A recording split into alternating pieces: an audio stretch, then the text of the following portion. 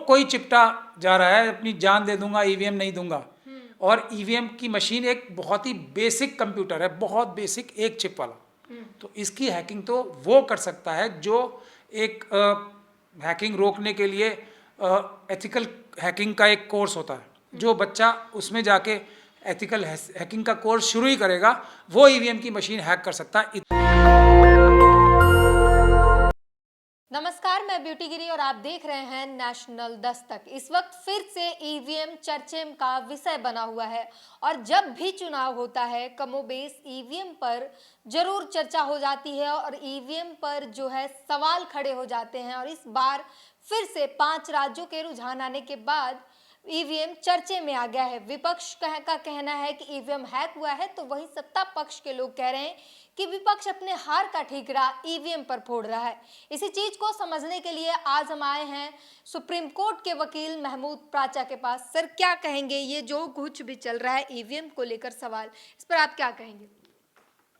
सबसे बड़ा दुर्भाग्य ये है कि ये चुनाव के टाइम पे ही चर्चा में रहता है और इसी वजह से देश के अंदर जो चुनावी प्रक्रिया है वो एक तरीके से वॉइस ऑफ द पीपल, जो जनता की आवाज़ होती है ना, उसके हिसाब से रिजल्ट नहीं आ पा रहे हैं। और ये एक सबसे खतरनाक, सबसे ऐसी बात है जिसको देश के हर एक नागरिक को, जो भारत के संविधान में विश्वास रखता है, अपने सब कामों को पीछे रख के इस काम के ऊपर सबसे पहले ध्यान देना चाहिए कि ईवीएम एक ऐसी चीज़ है कि जिसकी वजह से चुनाव में धांधली की अंदेशा नहीं है। चुनाव में धांधलियाँ हो रही हैं। हम लोगों ने जब भी चुनाव होता है ऐसे अनगिनत उदाहरण नज़र आते हैं कि ईवीएम किसी गाड़ी में से पकड़ी गई, किसी सत्ता पक्ष के व्यक्ति के पास से, किसी के घर से पकड़ी गई। ये आप लोग ऐसी चीज़ें हैं जो वीडियो में नज़र आती हैं, जो पब्लिक डोमेन में नज़र आती हैं। जो पब्लिक डोमेन में नज़र आती है वो 100 में से या 1000 में से एक घटना कोई पकड़ी जाती है, लाख में से एक घटना पकड़ी जाती है। उसके अलावा सैकड़ों हज़ारों घटनाएं तो कोई कैमरा लेके हर जगह बैठा नहीं होता है ना, तो वो पब्लिक पटल पे आती ही नहीं है, जनता के पटल पे आती ही नहीं है। तो इस हद तक हर एक चुनाव में ऐसा होता है। कोई चुनाव ऐसा नहीं जा रहा कि जिसमें ईवीएम को ले जाते हुए जो व्यवस्था होती है उससे बाहर ले जाते हुए प्राप्त नहीं होती ईवीएम। ऐसा कोई भी इलेक्शन नहीं गया और ख़ास तौर पे 10 सालों में तो बिल्कुल नहीं गया, 2014 का इलेक्शन मिला के। तो दूसरी बात यह है कि ये सबसे छोटा धांधली का तरीका है कि ईवीएम की मशीन ही चुरा लो और बदल दो, या ईवीएम की मशीन के अंदर घपला इस प्रकार से करो कि ईवीएम की मशीन बदलो। ये सबसे छोटा तरीका है, सबसे बच्चों का बचकाना तरीका है कि ईवीएम की मशीन ही बदल दो और दूसरी मशीनें लगा दो। उससे अलग हटके भी पूरी दुनिया में ईवीएम यूज़ क्यों नहीं होती है? क्योंकि कोई भी मशीन या ईवीएम या कोई भी कंप्यूटर ऐसा नहीं बना जो हैकेबल नहीं है। आज पूरी दुनिया में लोग साइबर वॉरफेयर, भारत के अंदर भी एक बहुत बड़ा डिपार्टमेंट अलग से बना है। पूरे दुनिया के हर देश में साइबर वॉरफेयर के लिए डिपार्टमेंट बने हैं कि जिससे कंप्यूटर्स को हैक करने से रोका जा सके। क्या किया जा सके? रोका जा सके। कंप्यूटर की हैकिंग समाप्त करने के लिए किसी देश के पास दुनिया के कोई टेक्नोलॉजी नहीं है समाप्त करने के लिए। और ईवीएम की मशीन एक बहुत ही बेसिक कंप्यूटर है, बहुत बेसिक, एक चिप वाला। तो इसकी हैकिंग तो वो कर सकता है जो एक हैकिंग रोकने के लिए एथिकल हैकिंग का एक कोर्स होता है। जो बच्चा उसमें जाके एथिकल हैकिंग का कोर्स शुरू ही करेगा, वो ईवीएम की मशीन हैक कर सकता है। इतनी ईजिली हैकेबल है। उससे ज़्यादा भी महत्वपूर्ण बात यह है कि हैकिंग भी एक तरीका है। दूसरा, प्री प्रोग्राम्ड कंप्यूटर्स बनते हैं ना, कि आप इसमें सब में स्लीप लगा के, अब तो इस फ़ोन में स्लीप अलार्म लगा के सोते हैं सब, इस फ़ोन में इतनी छोटी सी चीज़ में। तो एक ऑटोमेटिकली प्री प्रोग्रामिंग करके एक डिज़ायर्ड रिजल्ट, यानी कि जो हम रिजल्ट चाहते हैं वो प्री प्रोग्राम भी किया जा सकता है एक ख़ास टाइम पे खुलने के लिए, या एक ख़ास टाइम के बाद प्री प्रोग्राम स्क्रीन पे चीज़ें नज़र आएंगी। ये सबसे बच्चों के काम है ये सब। तो इस प्रकार की मशीन होने की वजह से ही जर्मनी में जहाँ ये शुरू भी हुआ था ईवीएम को, वहाँ की अदालतों ने और जनता ने नकार दिया टोटली। और अब वहाँ पे पेपर बैलेट से ही चुनाव होता है। तो सबसे बड़ी बात यही है कि चुनाव के टाइम ही ईवीएम क्यों सब मुद्दे में आता है, सवाल में आता है। बाकी टाइम 5 साल कोई कुछ सही नहीं कहता। चुनाव के समय शुरुआत में और फिर बाद में जब इलेक्शन के रिजल्ट आते हैं, ईवीएम चर्चे का विषय बन जाता है। यही तो मैं कह रहा हूँ, इसके लिए सबसे बड़ा जन आंदोलन होना चाहिए और हम मिशन सेव कॉन्स्टिट्यूशन की तरफ से उस जन आंदोलन का ऐलान भी करने वाले हैं। लेकिन पॉलिटिकल पार्टीज, क्योंकि कुछ कुछ जगह इलेक्शन जीत जाते हैं, अब वो जीतने के भी बहुत वजह होती हैं, वो समझने चाहिए। ईवीएम की मशीन से 20 से 25% तक जो रिजल्ट्स हैं उसमें घपला किया जा सकता है। तो अगर भारतीय जनता पार्टी के हर एक इलेक्शन जो वो लड़ रहे हैं उसमें से 20 से 25% वोट कम करके देखे जाएं तो तब असली रिजल्ट सामने आएगा। तब इन पार्टीज को पता लगेगा कि ये जो जितने वोट बीजेपी को आ रहे हैं और बहुत सारी जगह वो जीत भी रहे हैं तो वो ईवीएम के माध्यम से जीत रहे हैं। ममता बनर्जी साहिबा को भी ये पता लगेगा कि बीजेपी ने जो असेंबली सीटें जीती भी हैं वहाँ पे, बीजेपी का तो नामो निशान नहीं था ना वेस्ट बंगाल में, तो ईवीएम के माध्यम से इतनी वोट्स आई हैं। ममता बनर्जी जी जीत गई, वो एक अलग बात है। अगर बीजेपी और ममता बनर्जी साहिबा की डायरेक्ट टक्कर न्यूट्रल इलेक्शन में होगी तो बीजेपी की एक सीट नहीं आएगी और वोट भी इतने कम आएंगे, एक एक वोट के और एक एक सीट के लाले पड़ जाएंगे बीजेपी को। ये चुनाव की बंगाल की हकीकत है, यही इस वक्त मध्य प्रदेश के चुनाव की हकीकत है। 20 से 25% वोट कम करके आप गिन लो, एक बार आप असेसमेंट कर लो। दिग्विजय सिंह जी ने पोस्टल बैलेट के द्वारा 199 सीट जीतना बताया, उससे भी कहीं ज़्यादा सीटें कांग्रेस जीतेगी। ये तो इसलिए इसके पीछे लगना है, इस बात को भूले तो देश की डेमोक्रेसी खत्म, इलेक्शन खत्म। इसलिए इस बात को, आपका बहुत ही महत्वपूर्ण सवाल है, इस बात को नहीं भूलना चाहिए। हम जो बहुत सारे जो सोशल मीडिया एक्टिविस्ट हैं, हम लोग हैं जो सिविक जो सोशल वर्कर्स हैं, वो लोग तो इसमें लगातार कोशिश कर रहे हैं, लगातार आंदोलन खड़े कर रहे हैं। लेकिन बड़ी पॉलिटिकल पार्टीज इस छलावे में आके कि हम ये इलेक्शन जीत गए, वो इलेक्शन जीत गए, तो इस छलावे में आके एक तरीके से निगलेक्ट कर रहे हैं इस महत्वपूर्ण विषय को। नहीं करना चाहिए। अपने आप सारे इलेक्शन जीत जाएंगी पॉलिटिकल पार्टीज जो आरएसएस और बीजेपी के खिलाफ लड़ रही है इलेक्शन, अगर ईवीएम से चुनाव नहीं होगा। धांधली तो एक बड़ी बात इसमें है कि पोस्टल बैलेट जिस तरीके से मध्य प्रदेश से गायब हो रहे, पेटी के पेटी गायब हो जाते हैं, तो धांधली तो यहाँ भी होती है। बिल्कुल होती है, लेकिन वो धांधली करने की चोरी को, उस धांधली को पकड़ने के लिए जो सिस्टम हमारे इलेक्शन कमीशन में और जो रिप्रेजेंटेशन ऑफ पीपल्स एक्ट में बना हुआ है, वो एक रोबस्ट सिस्टम है जो इस धांधली को पकड़ सकता है। क्योंकि ये आंखों के सामने ही धांधली हो रही होती है, चुराए जाते हैं, तो वो एक सीक्वेंस है। मैं आपके दर्शकों को आपके माध्यम से ये बोलूँगा कि इलेक्शन कमीशन की एक हैंडबुक आती है, उसको ज़रा ध्यान से पढ़ें। कि पेपर बैलेट वाली जो हैंडबुक पुरानी वाली है उसको ध्यान से पढ़ें, उनको समझ में आएगा कि किस प्रकार से वोटों की सुरक्षा का ट्रांसपेरेंट जरिया था। और धांधली होती है, मैं बिल्कुल मना नहीं कर रहा, लेकिन वो धांधली ऐसे होती थी कि जैसे पूरा बूथ कैप्चर कर लिया, ठीक, पूरा बूथ कैप्चर कर लिया, तो अब अगर बूथ कैप्चर होगा तो आजकल जो टेक्नोलॉजी है उसका तो फ़ायदा उठाना चाहिए ना। असली जगह सीसीटीवी कैमरा लगे हुए हैं तो बूथ कैप्चरिंग नहीं हो सकती। जल्दी जल्दी आके एक आदमी ठप्पे लगा के मतपत्र में बैलेट बॉक्स में डाल देता था, वो नहीं हो सकता, सीसीटीवी कैमरा लगे। इतना भर टेक्नोलॉजी का इस्तेमाल होना चाहिए। तो वो था, फिर वो जो बैलेट बॉक्सेस होते थे वो ताले लगते थे, उसमें सील लगती थी। दोनों या तीनों या चारों जितने भी कैंडिडेट्स होते थे मेन उनके जो पोलिंग एजेंट्स वहाँ गिनती करने बैठे होते थे, उनके सामने ही वहाँ की सीलें खुटती थी। जहाँ पे पोलिंग होती थी वहाँ पे भी सील लगती थी, और सील ऐसी नहीं कि कोई सरकारी अधिकारी लगा रहा, साइन सील वो लगती थी उस पर। जो दोनों पोलिंग एजेंट्स हैं या तीनों पोलिंग एजेंट्स हैं या चारों पोलिंग एजेंट्स हैं बड़ी बड़ी पार्टीज़ के, वो अपने सिग्नेचर जाके वहाँ मैच करते थे। जब एक एक पोलिंग बूथ खुल रहा है काउंटिंग में, एक ये सुरक्षा का था। फिर पोलिंग बॉक्सेस जो हैं, जो जिसके अंदर मत पेटी जिसे कहते हैं, वो किसी भी क्षण, इस सील के बाद भी किसी भी क्षण, ऐसा कोई क्षण नहीं आता था जो पॉलिटिकल पार्टीज के नुमाइंदे यानी कि रिप्रेजेंटेटिव्स होते थे उनकी नज़रों से ओझल हो। जब भी वो नज़रों से ओझल होती थी तो वो एक ताले में बड़े जगह पे बंद होती थी जहाँ पे काउंटिंग होनी है, वहाँ भी लोग बाहर बैठ के उसकी निगरानी करते थे। कमोबेश इस तरीके से करने से चुनाव में धांधली का कितनी कम गुंजाइश हो जाती है। तो वो तभी होगी गुंजाइश जब पीछे से कोई आए, सारे बैलेट पेपर्स बदले, अब बैलेट पेपर बदलेगा तो वो साइंटिफिक तरीके से पता लग जाएंगे और उसके जो नंबर होते हैं स्पेसिफिक वो नहीं मिलेंगे, उस पर सिग्नेचर्स नहीं मिलेंगे काउंटर फॉइल्स पे जो वोटर्स होते हैं उसके। तो ये बहुत सारे तरीके थे, वो फटेगा तो बिल्कुल उसी हिसाब से साइंटिफिक तरीके से पकड़ी जा सकती थी। इसमें ईवीएम में तो ये सब प्रक्रिया ही नहीं है। अब ये ईवीएम मशीन है, इसमें प्री प्रोग्राम कर रखा है कि भारतीय जनता पार्टी को या एक्स पार्टी को इतनी वोटें निकलनी है, कोई कहीं भी वोट डाले। तो ये तो बहुत बच्चों वाला काम है ना, यही मैं बता रहा हूँ। या वो हैकिंग के माध्यम से, रिमोट हैकिंग या ऑनलाइन या ऑफलाइन हैकिंग से, दोनों तरीके से वोट किसी को भी डाले जाएं, वोट कितने भी पड़े हों उसको चेंज भी किया जा सकता है। वीवीपैट को भी एक सुरक्षित तरीका नहीं मानता मैं। वीवीपैट भी बहुत बड़ा बिल्कुल अनसेफ तरीका है। कोई तरीका ऐसा नहीं है कि मशीन से चुनाव होने चाहिए, पेपर बैलेट से होने चाहिए, बल्कि एक और इम्प्रूवमेंट होनी चाहिए कि इसमें ट्रांसपेरेंट मत पेटियां होनी चाहिए ताकि पेपर्स भी साफ तरह से नजर आए। बहुत सारे देशों में ऐसा चुनाव भी होता है।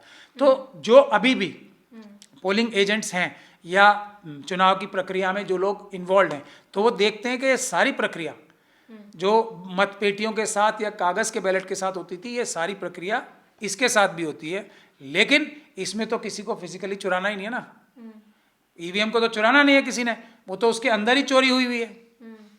तो और वो चोरी आंखों से नजर भी नहीं आएगी।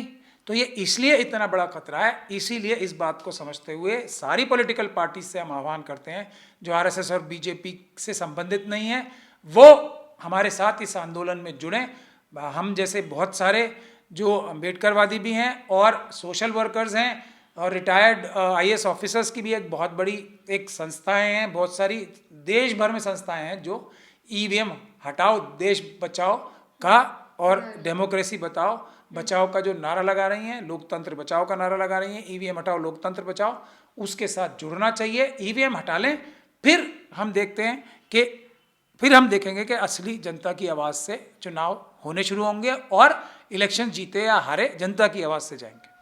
चुनाव आयोग की बात करें तो चुनाव आयोग से साफ कहता है कि हमें प्रूफ चाहिए ईवीएम हैकिंग का, प्रूफ के बिना हम कुछ नहीं कर सकते। बिल्कुल सही कहते हैं।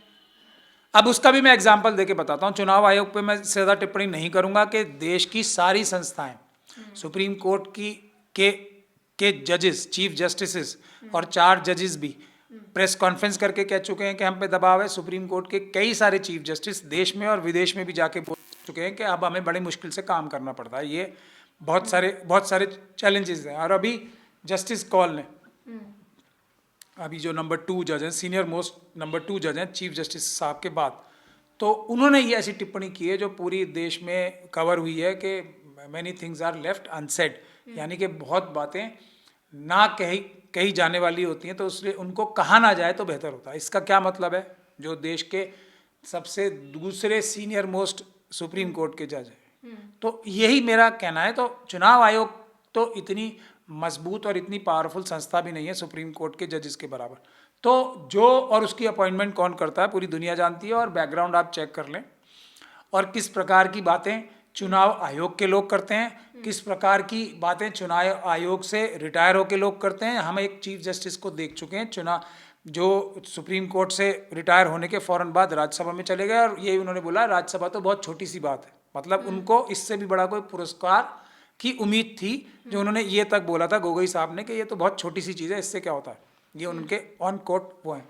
खैर, तो मैं ये कह रहा हूँ कि इस और चुनाव आयोग का जो रवैया है वो पूरी दुनिया देख रही है कि जो अपोजिशन पार्टीज़ के लोग हैं उनके खिलाफ नोटिसेज, उनके खिलाफ जो कार्रवाई, और मोदी जी और अमित शाह जी और बीजेपी के लोग किस प्रकार की गंदी घिनौनी भाषा का प्रयोग करते हैं, किस प्रकार की धमकियाँ, उन लोगों को उल्टा लटकाने की, सीधा लटकाने की धमकियाँ देते हैं। उसके बावजूद भी और दिन रात रिप्रेजेंटेशन ऑफ पीपल्स एक्ट और इंडियन पीनल कोड का चुनाव के दौरान, चुनाव प्रचार के दौरान लालच देने की बात, पैसे जनता को देने की बात, चुनावी स्कीम्स के जरिए अनाउंस करते हैं, किस प्रकार से धर्म और जाति के नाम पे वोट मांगते हैं, नफरत फैला के वोट मांगते हैं। ये सब चीज़ें चुनाव आयोग नहीं देखता है। तो इससे पता लग जाता है कि चुनाव आयोग कितना न्यूट्रल है। तो ये अगर पैमाना है तो आप ईवीएम के बारे में सच बोलने की क्या उम्मीद करते हैं? ईवीएम के बारे में अगर सच बोलेंगे भी तो कोई विश्वास नहीं करेगा। अब मैं तथ्यों पे आ जाता हूँ। ये तो मैंने परिप्रेक्ष्य दिया, किस परिप्रेक्ष्य में चुनाव आयोग कितना विश्वसनीय कार्य कर रहा है। सच्चाई ये है कि जिस चीज मेरे पास अगर कोई चीज है, टोटल कंट्रोल मेरा है, चुनाव आयोग का या सरकार का ही कंट्रोल होता है सारी ईवीएम्स पे शुरू से लेकर आखिर तक। अब ये कह रहे हैं सबूत लाओ। सबूत तो उन मशीनों के अंदर है ना, वो मशीनें हमें टच नहीं करने देंगे, तो हम सबूत कहाँ से लाएंगे। फिर एक बात ये कहता है चुनाव आयोग कि हमें हमारे सामने आके हैक करके दिखाओ। तो हमारा उसके जवाब में ये कहना है कि हैक हम नहीं, कोई छोटा सा बच्चा भी कर लेगा। आप डायरेक्ट टेलीकास्ट कराओ, कोई भी छोटे से बच्चा जो कंप्यूटर जानता होगा आके हैक करके दिखा देगा। एक बात। दूसरी बात यह है कि जो चुनाव के रिजल्ट जिस मशीनों से आ चुके हैं वो हमारे हवाले करो ना, वो हमें दो, हम उसको दिखाएंगे कि ये हैक थी या नहीं थी।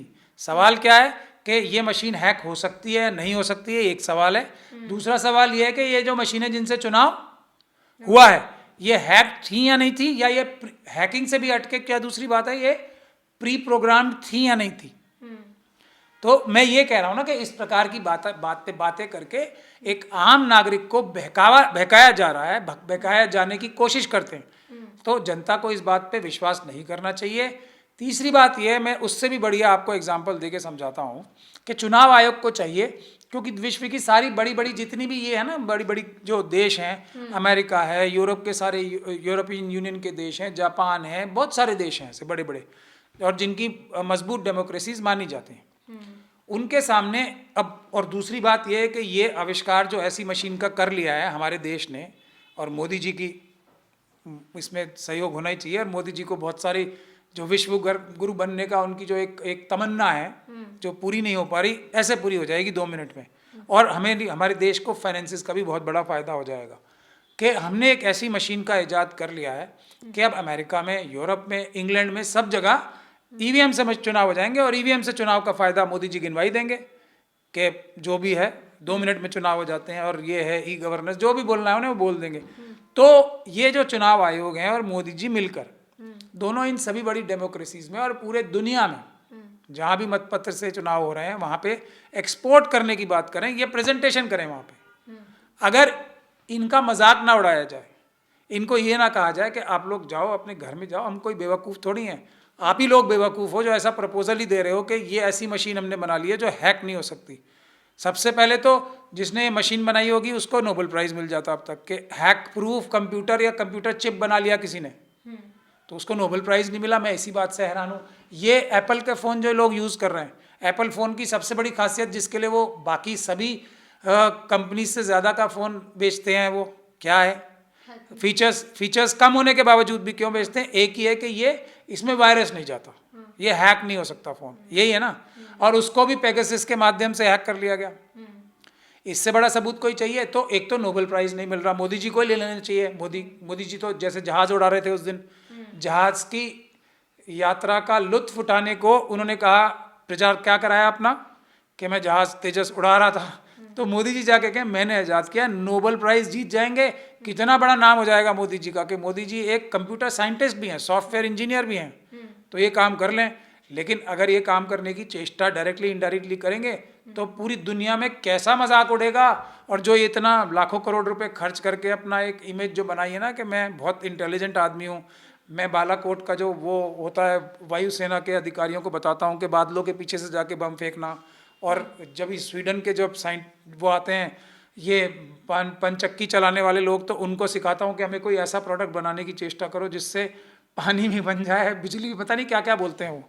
तो ये सब मजाक दोबारा उड़ जाएगा पूरे दुनिया में उनका, तो इस डर से वो नहीं कर रहे हैं। तो ये मैंने आपको साइंटिफिक लॉजिकल 3-4 चीज़ें बता दी हैं। ये उन देशों में क्यों नहीं एक्सपोर्ट कर देते, ये क्यों उनसे एक्सेप्ट नहीं करा लेते? तो इसीलिए ये सब जनता को धोखा देने के लिए, जब संविधान की शपथ लेके सरकारी अधिकारी झूठ बोलने लगे तो वो बहुत ही चिंता का विषय है। इसी कुछ ऐड करूंगी, अगर इतना हैकिंग हो सकता है ईवीएम का, सारे चीजें हैं, तो फिर बिहार जो राजनीतिक मुद्दे से हर मायने में बिहार को छाट ही नहीं सकते, चाहे वो लोकसभा चुनाव हो, लोकसभा में बहुत बड़ा योगदान रहता है बिहार का, तो फिर बिहार वाले ईवीएम हैक क्यों नहीं हो पाते? कहाँ हैक नहीं हुए? बीजेपी की तो वहां पे कोई हो ही नहीं। ऐसा नहीं है। हाँ। आप जरा ध्यान से देखिए, बीजेपी की वहाँ बहुत बड़ी ताकत है। मैं आपको बता रहा हूं कि 20 से 25% वोट का फायदा होता है हैकिंग करके, तो वो फायदा माइनस करके जहां आपको टेस्ट करना है, बीजेपी के 20 से 25% वोट माइनस करके गिनती कर लो आप, बीजेपी की असली ताकत आपको पता लग जाएगी। बिहार छोड़िए, असम, बंगाल का मैंने एग्जाम्पल दिया, किसी भी जगह इनके केरल में भी वोट अभी आपको लगता है कि इनके 14% 15% वोट तेलंगाना में आ जाएंगे? लगता है आपको? आ गए ना? कहाँ से आए वो? 14-15% वोट आ गए और 20 से 25 तक परसेंट आ सकते थे इनके। ये तो लोकसभा का चुनाव ज्यादा महत्वपूर्ण है ना, नहीं तो कोई चुनाव हारेंगे ही नहीं। अगर 25% जो चुनाव हारते हैं ये, और इन्होंने ईवीएम में अपनी पूरी ताकत, मतलब फुल थ्रॉटल पे अपनी ईवीएम चला रखी है, जैसे 6th गियर में या 5th गियर में जो मैक्सिमम गियर गाड़ी चलाते हैं ना, उस तरीके से फुल थ्रॉटल अगर ईवीएम कहीं चला रखी है, तो उस चुनाव में अगर फिर भी हारे हैं ये, तो इसलिए हारे हैं कि जनता इतनी ज़्यादा इनके खिलाफ थी, इतनी ज़्यादा खिलाफ थी कि 20 से 25% नकली वोट भी इन्हें इलेक्शन नहीं जिता पाए। ये भी एक तथ्य है जिसको आपको स्टडी करना चाहिए। मैं सभी जर्नलिस्ट जो जो ईमानदार पत्रकार हैं उनसे गुजारिश करता हूं, और जितने भी सिफोलॉजिस्ट हैं ईमानदार, 25% बीजेपी के वोट कम करके आप एक बार रिजल्ट पब्लिश कीजिए, आपको सच्चाई पता लग जाएगी ईवीएम से कितने वोट, और मेरी बात का लॉजिक पता लग जाएगा कि बीजेपी को देश में एक एक सीट के लाले पड़ जाएंगे। जहां तक 2014 के इलेक्शन की बात है, वो भी चुनाव बीजेपी जीती है तो ईवीएम के माध्यम से जीती है। तब अहमद पटेल साहब जो थे वो कांग्रेस के सर्वे सर्वा थे एक तरीके से, मतलब डी जूरे वो प्रधानमंत्री भी और पता नहीं क्या और थे, सबसे बड़े पावरफुल व्यक्ति थे। उनका, मोदी जी का, अमित शाह जी तो खैर इन सब के जूनियर थे, मोदी जी के और अहमद पटेल साहब की दोस्ती थी। अडानी जी और अमित शाह, ये चारों लोग मिलकर पहले भी प्लान बनाते थे और प्लान एग्जीक्यूट करते थे। इसी वजह से पूरे 10 साल तक 2014 से लेकर 2014 तक अमित शाह साहब के खिलाफ और मोदी जी के खिलाफ कोई मजबूत कानूनी कार्रवाई नहीं हुई। उसके सारे जिम्मेदार अहमद पटेल साहब थे। ये बहुत मुसलमानों को रोज़ क्या क्या बोलते हैं ना, तो अहमद पटेल साहब भी मुसलमान थे, लेकिन इनके सबसे अच्छे दोस्त और इन चौकड़ी के एक हिस्सा थे। अहमद पटेल साहब के टाइम में ये अमित शाह साहब को ज़मानत मिली थी सुप्रीम कोर्ट से, और मैं उसकी डिटेल्स में नहीं जाना चाहता क्योंकि आज वो विषय नहीं है, लेकिन मैं सब चीज़ें तथ्यों पे बात करता हूँ। कैसे बेल मिली थी मुझे वो भी पता है, और बहुत सारे जर्नलिस्ट भी उस टाइम इस चीज़ में इन्वॉल्व थे और उनके भी नाम मुझे पता है। तो बता दीजिए फिर। नहीं, मैं ये नाम मैं आपको बताना नहीं चाहता अभी, लेकिन ये अमित शाह जी की बात है। आज भी जितनी पॉलिटिकल पार्टीज हैं, जो आरएसएस और बीजेपी के जो एजेंट्स हैं, जो प्लांटेड लोग हैं, वो मौजूद हैं, और वही पॉलिटिकल पार्टीज की, चाहे कोई भी बड़ी पॉलिटिकल पार्टी हो जो आरएसएस और बीजेपी के खिलाफ है, जो इनका विरोध करती है, उसके अंदर इन्होंने अपने डीप कवर्ड एजेंट्स छोड़ रखे हैं, जो वहाँ की लीडरशिप को मिसगाइड करते हैं और ऐसे प्रोजेक्ट करते हैं। और देखिए, वो चमत्कारिक बातें बताते हैं लीडरशिप को। अगर कोई ये बताएगा कि कल अखबार में ये छपने वाला है, और वो आरएसएस द्वारा कंट्रोल अखबार, आजकल तो टीवी चैनल और इस पे सब कंट्रोल्ड है ना सब, वो एक दिन पहले ही बता देगा। तो जैसे शास्त्री जी से पूरा देश इंप्रेस हो जाता है ना, वो अपनी क्या क्या लिख के बताते हैं, भविष्य दृष्टा है, तो इस प्रकार के भविष्य दृष्टा हर एक पॉलिटिकल पार्टीज में है। वो एक, मैं आपको फॉर्मूला दे रहा हूँ पब्लिक डोमेन में आज, जो अखबारों में और टीवी पे कल क्या छपने वाला है वो अपने लीडर्स को बताता है, और लीडर्स खास तौर पे इसे सुन ले, वो आरएसएस का एजेंट है। क्यों? आरएसएस दिलवाती है उसकी क्रेडिबिलिटी बनाने के लिए, और ताकि लीडर उनसे इंप्रेस हो जाए कि भाई ये क्या चमत्कारिक पुरुष है, इसके कितनी जान पहचान दोस्ती है, इस माहौल में भी ये हमें अंदर की खबर ला के दे देता है। ये बता देंगे कि ये इस डिपार्टमेंट में ये होने वाला है गलत काम। वो छोटी छोटी खबरें इनके थ्रू पहुंचवाते हैं लीडर्स को, और लीडर्स को विश्वास में लेने के लिए, खुद ही उनको महत्वपूर्ण दिखाने के लिए ऐसी चीज़ें, ऐसी साजिशें रचते हैं, और लीडर्स इसी बात से इंप्रेस हो जाते हैं। ये लीडर्स को सोचना चाहिए कि ये जो खबर ला रहा है आरएसएस के अंदर की खबरें जो ला रहा है कि ये कौन सा चमत्कारिक पुरुष है जो ला रहा है। चमत्कार कुछ नहीं है, वो आरएसएस का ही एजेंट होता है। बहुत बड़े बड़े खुलासे कर दिए आपने, खतरा आप पे मंडरा सकता है। एक सवाल आखिरी आपसे पूछूंगी, आपने कहा देशव्यापी आंदोलन करें ईवीएम के खिलाफ, तो क्या ये आंदोलन इतना बड़ा होगा कि 24 के इलेक्शन आने से पहले ईवीएम बंद हो जाए और बैलेट पेपर आ जाए? देखिए, जनता अगर सड़कों पे आ गई और ये पॉलिटिकल पार्टीज इसमें हमारी मदद कर सकते हैं, तो क्या क्या है, जनता ही तो सर्वे सर्वा है, जनता ही तो देश की मालिक है। जब जनता ही सड़कों पे आ जाएगी, हम इलेक्शन कमीशन का घेराव करेंगे, अगर जनता आके वहाँ बैठ जाएगी हमारे साथ, तो ईवीएम को हटाना ही पड़ेगा ना। और किसी के पास कोई लॉजिक नहीं है, ऐसी क्या मजबूरी है कि अपनी पूरी जान लगा के मोदी जी ईवीएम को जकड़े पड़े हैं। चुनाव तो मतपत्र से भी जीत जाएंगे। 2009 में आई थिंक, टाइम भूल रही हूँ मैं, बीजेपी की तरफ से ही एक किताब छापी गई थी जिसको नितिन गडकरी ने पब्लिश किया था, जिसमें लिखा था डेमोक्रेसी इन डेंजर। उसमें ईवीएम पर ही सवाल उठाया गया था, बैन करने की मांग की। तब गडकरी जी को ये नहीं पता था कि अहमद पटेल साहब और मोदी जी की सेटिंग है। तो उन्होंने तो जेन्युइन एक बात कही थी अपनी, गडकरी जी ने। सुब्रमण्यम स्वामी जी ने तो केस डाला था, ये वीवीपैट का सिस्टम कराने के लिए शुरू सुब्रमण्यम स्वामी जी और अडवाणी जी के कहने पे डाला होगा शायद, उसका क्रेडिट लेते हैं बहुत बड़ा। तब उन्हें ये थोड़ी पता था कि ये ईवीएम जो है अहमद पटेल साहब मोदी जी को जिताने के लिए प्रयोग करने वाले हैं। लेकिन क्या बात है कि जो भी ऑपोजिशन में होगा, और ये बात दुरुस्त है, जो सत्ताधारी होगा जिसके हाथ में ईवीएम है, वो चुनाव अपनी मर्जी से जीत सकता है, उसके पास ये ताकत रहती है। तो जो ऑपोजिशन में होगा उसी को तो दर्द होगा इसका। तो गडकरी जी उस समय जानते नहीं थे कि मोदी जी को तो जिताने के लिए अहमद पटेल साहब बैठे हैं, सबसे बड़े उनके हितैषी। तो इसलिए वो जेन्युइन एक अपना कंसर्न कर रहे थे।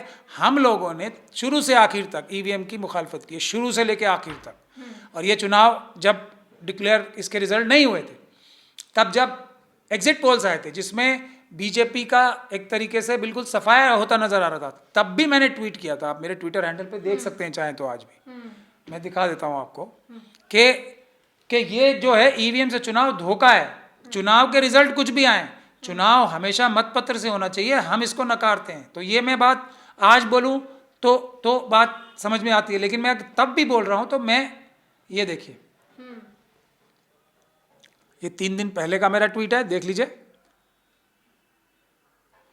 और इसको मैंने रीट्वीट किया था या कोट करके ट्वीट किया था, किस ट्वीट को, जब अभी ये रिजल्ट्स आ रहे थे, तब जब कांग्रेस स्वीप कर रही थी एग्जिट पोल्स के हिसाब से। तो ये बात, क्योंकि साइंटिफिक बात है, लॉजिकल बात है, तो क्यों कोई चिपटा जा रहा है अपनी जान दे दूंगा ईवीएम नहीं दूंगा, ये क्यों हो रहा है? तो इसीलिए ये बहुत महत्वपूर्ण बात है कि ईवीएम हटाओ, लोकतंत्र बचाओ, देश बचाओ। ये आंदोलन में सभी पॉलिटिकल पार्टीज ज्वाइन करें, वरना बहुत बड़ा खतरा देश के संविधान को खत्म करने का, देश खत्म करने का चाइना और पाकिस्तान के साथ मिलकर आरएसएस और बीजेपी के लोग रच रहे हैं। क्योंकि ये सिर्फ देश को लूटना जानते हैं, देश को खसोटना जानते हैं, ये कोई भी देश हित में काम कर ही नहीं सकते। तो जाहिर तौर पर जिस तरीके से उन्होंने बताया कि जनता मालिक है और जनता अगर सड़क पर आ जाए तो क्या कुछ नहीं हो सकता।